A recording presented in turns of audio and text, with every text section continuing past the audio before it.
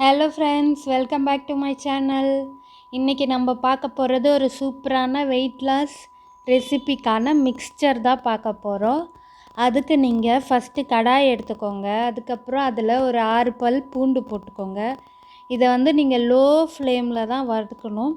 இதை நீங்கள் வறுக்கும்போதே நல்ல ஒரு ஸ்மெல் வரும், அந்த பூண்டோட ஸ்மெல் நல்லா வரும். அந்த டைமில் நீங்கள் மிளகு சீரகம் ஆட் பண்ணிக்கோங்க. ஹை ஃப்ளேம் வைக்கக்கூடாது, லோ ஃப்ளேமில் நல்லா அதை ரோஸ்ட் பண்ணுங்கள். அந்த கார்லிக்கோட ஸ்மெல்லு நல்லாயிருக்கும். நீங்கள் ஆயிலோ எதுவுமே ஊற்ற தேவையில்லை. இப்போ நான் 1 ஸ்பூன் மிளகு 1 ஸ்பூன் சீரகம் எடுத்திருக்கேன். அதை போட்டு அதையும் நீங்கள் நல்லா வறுத்துக்கோங்க. லோ ஃப்ளேமில் தான் வறுக்கணும். ஹை ஃப்ளேம் வச்சிங்கன்னா ஃபுல்லாக கரிஞ்சு போயிடும். அப்புறம் நமக்கு அந்த டேஸ்ட்டும் கிடைக்காது. கரிஞ்சிடுச்சுன்னா இந்த சீரகத்து மிளகோட நமக்கு கிடைக்கக்கூடிய அதுலேருந்து கிடைக்கக்கூடிய எனர்ஜியும் நமக்கு கிடைக்காம போயிடும்.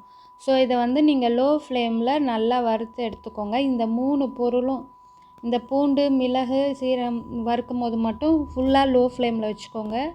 இப்போ அது நல்லா வறுபட்டுடுச்சு. இப்போ நம்ம ட்ரான்ஸ்ஃபர் பண்ணிக்கலாம் ஒரு தட்டில். அதுக்கப்புறம் இப்போ நம்ம மெயினான டிஷ் ப்ராப்பர் பார்க்க போகிறோம். என்னென்னா கொள்ளு. நம்ம பண்ண போகிறது கொள்ளு கஞ்சிக்கான ஒரு மிக்ஸ்சர் தான். ஸோ கொள்ளை போட்டுட்டு நீங்கள் லோ ஃப்ளேமில் ரோஸ்ட் பண்ணிங்கன்னா ரொம்ப நல்லது. பட் டைம் எடுக்கும். இல்லைன்னா கொஞ்சம் மீடியம் வச்சுக்கலாம், ரொம்ப ஹை வைக்காதீங்க. இந்த மாதிரி லோலேயே வச்சு வறுத்து எடுத்துக்கோங்க. உங்களுக்கு இப்போ கொள்ளு போட்டப்போ இருக்கிற இதுவும் வறுத்துட்ட அப்புறம் அதோட கலரும் சேஞ்சஸ் நீங்கள் பார்க்கலாம். இப்போ நம்ம இந்த கொள்ளு சாப்பிட்றதுனால நமக்கு நிறைய ஹெல்த் பெனிஃபிட்ஸ் இருக்குது. மெயினாக வெயிட் லாஸ் பண்ணுறவங்க இது நிறைய எடுத்துக்குவாங்க. இது நார்மலாக நம்ம எல்லாருமே எடுத்துக்கலாம். இது நம்ம சாப்பிட்றதுனால நமக்கு வெயிட் லாஸ் பண்ணும், நம்ம மெட்டபாலிசம் இன்க்ரீஸ் பண்ணும். இதை வேக வச்சு இதோட தண்ணி குடித்தோன்னா கோல்டுக்கு காஃப்க்கெல்லாம் நல்லது. நம்மளோட ஃபேட்டை சீக்கிரமாக கம்மி பண்ண ஹெல்ப் பண்ணும். இதில் நிறைய fibre, protein, iron rich content உள்ள பருப்பு இது. அப்புறம் நம்மளுக்கு ஏதாச்சும் டைஜஸ்டிவ் ப்ராப்ளம், நமக்கு சீக்கிரம் டைஜஷன் ஆக மாட்டேங்குது, அந்த மாதிரி ப்ராப்ளம்க்கும் இது ரொம்ப நல்லது. நம்மளோட பிளட் சுகரை ரெகுலேட் பண்ணும். நமக்கு இப்போது இர்ரெகுலர் பீரியட்ஸ் இருக்கிறவங்களுக்கு இது ரொம்பவுமே சாப்பிட்டா கரெக்டாக மெயின்டைன் பண்ணும். அதே மாதிரி கிட்னியில் ஸ்டோன் இருந்தாலும் அதை வெளிவர வைக்கிறதுக்கு இது ரொம்பவே ஹெல்ப் பண்ணும். கிட்னியோட ஸ்டோன் சின்னதாக இருக்கும்போது. அப்புறம் நம்மளோட ஹீமோக்ளோபின் லெவலை பூஸ்ட் பண்ணும். நமக்கு ஹேருக்கு ஸ்கின்னுக்கெல்லாம் இதை நம்ம சாப்பிடும்போது அவ்வளோ நல்லது. அதே மாதிரி நம்மளோட லிவரையும் பித்தப்பையையும் ப்ரொடெக்ட் பண்ணும். அதான் கேல் பிளாடரையும் ப்ரொடெக்ட் பண்ணும். இப்போ கொள்ளு நல்லா வறுபட்டுடுச்சு. அது பார்த்துருப்பீங்க, ஷைனிங்காக இருந்திருக்கும் வறுபட்டுட்டு அப்புறம்.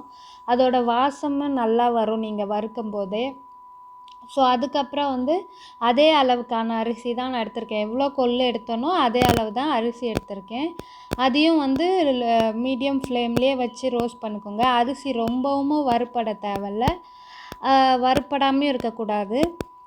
நல்லா சூடேறி ரொம்ப பொரியிற அளவுக்கெல்லாம் வறுக்க தேவையில்ல, லேசாக அந்த வறுபட்ட மாதிரி வந்தாலே போதும். அதுக்கப்புறம் நம்ம ஆல்ரெடி வறுத்ததையும் எடுத்து இதில் போட்டு சும்மா 2 மிக்ஸ் பண்ணிவிட்டு ஆற வச்சு பொடி பண்ணி எடுத்தோன்னா நம்ம பொடி ரெடி ஆகிடும். இந்த கொள்ளு நமக்கு என்ன டிஸ்அட்வான்டேஜ்னு பார்த்தீங்கன்னா, நம்ம இது சாப்பிடும் போது நமக்கு அசிடிட்டி ஏற்படும், இல்லை கேஸ் ப்ராப்ளம் ஏற்படும். ஸோ நீங்கள் இந்த கஞ்சி மேக் பண்ணும்போது லைட்டாக பெருங்காயம் போட்டு பண்ணிக்கோங்க. அப்போ அது கொஞ்சம் இல்லாமல் இருக்கும். ரொம்பவே நிறைஞ்ச ஹெல்த் பெனிஃபிட் அதிகம் உள்ள பருப்பு இது. அதனால் கண்டிப்பாக எல்லோரும் இதை ட்ரை பண்ணி சாப்பிடுங்க. குழந்தைங்களுக்கும் கொடுங்க, அவ்வளோ நல்லது, எனர்ஜெட்டிக்காக இருப்பாங்க. ஸோ நீங்கள் இந்த மாதிரி நல்லா ரோஸ்ட் பண்ணி எடுத்துட்டு ஆற வச்சுட்டு இது பண்ணிக்கோங்க. நிறைய பேர் ஜஸ்ட்டு கொள்ளை மட்டும் வேக வச்சு சாப்பிடுவாங்க. சிலர் அதை முளை கட்டி அந்த மாதிரி சாப்பிடுவாங்க. இந்த மாதிரியும் சாப்பிட்டிங்கன்னா உங்களுக்கு பிரேக்ஃபாஸ்ட்டுக்கு வேறு எதுவும் வேண்டாம், ஜஸ்ட் இது 1 டம்ளர் குடிச்சிங்கனாலே உங்களுக்கு போதும். அந்த அளவுக்கு வெயிட் லாஸ் இருக்கிறவங்களுக்கு இது ரொம்பவே பெஸ்ட்டு ரெமிடி. Best recipe.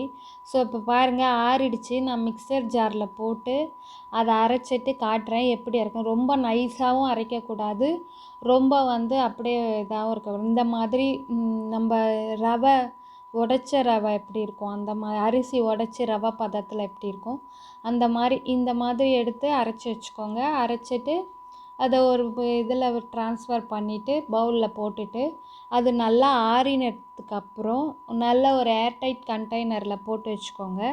அப்போ உங்களுக்கு தேவையாகும் போது இப்போ இது மாதிரி பண்ணிட்டிங்கன்னா ஒரு 5 ஸ்பூன் போட்டுட்டு 2.5 டம்ளர் தண்ணி ஊற்றி நல்லா 1 டம்ளர் வர அளவு நல்லா கொதிக்க வச்சிங்கன்னா வெந்துடும்.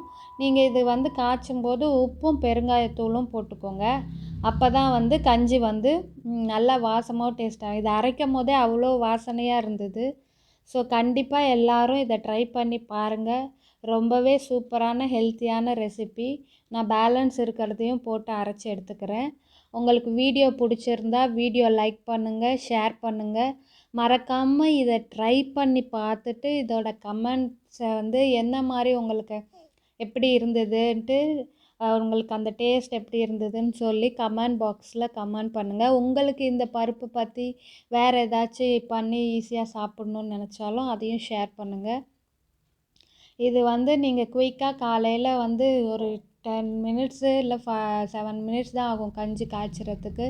இன்னும் ஈஸியாக வேணும்னா நீங்கள் குக்கரில் தண்ணி ஊற்றி எவ்வளோ ஸ்பூன் வேணுமோ போட்டு ஒரு விசில் வச்சு எடுத்துட்டிங்கன்னா கஞ்சி ரெடி ஆகிடும். நான் இன்னொரு வீடியோவில் நான் இந்த பவுடரை வச்சு கஞ்சி எப்படி ரெடி பண்ணுறேன்றதை காட்டுறேன் ஃப்ரெண்ட்ஸ். அவ்வளோதான் இந்த வீடியோ. ஓகே, பாய்.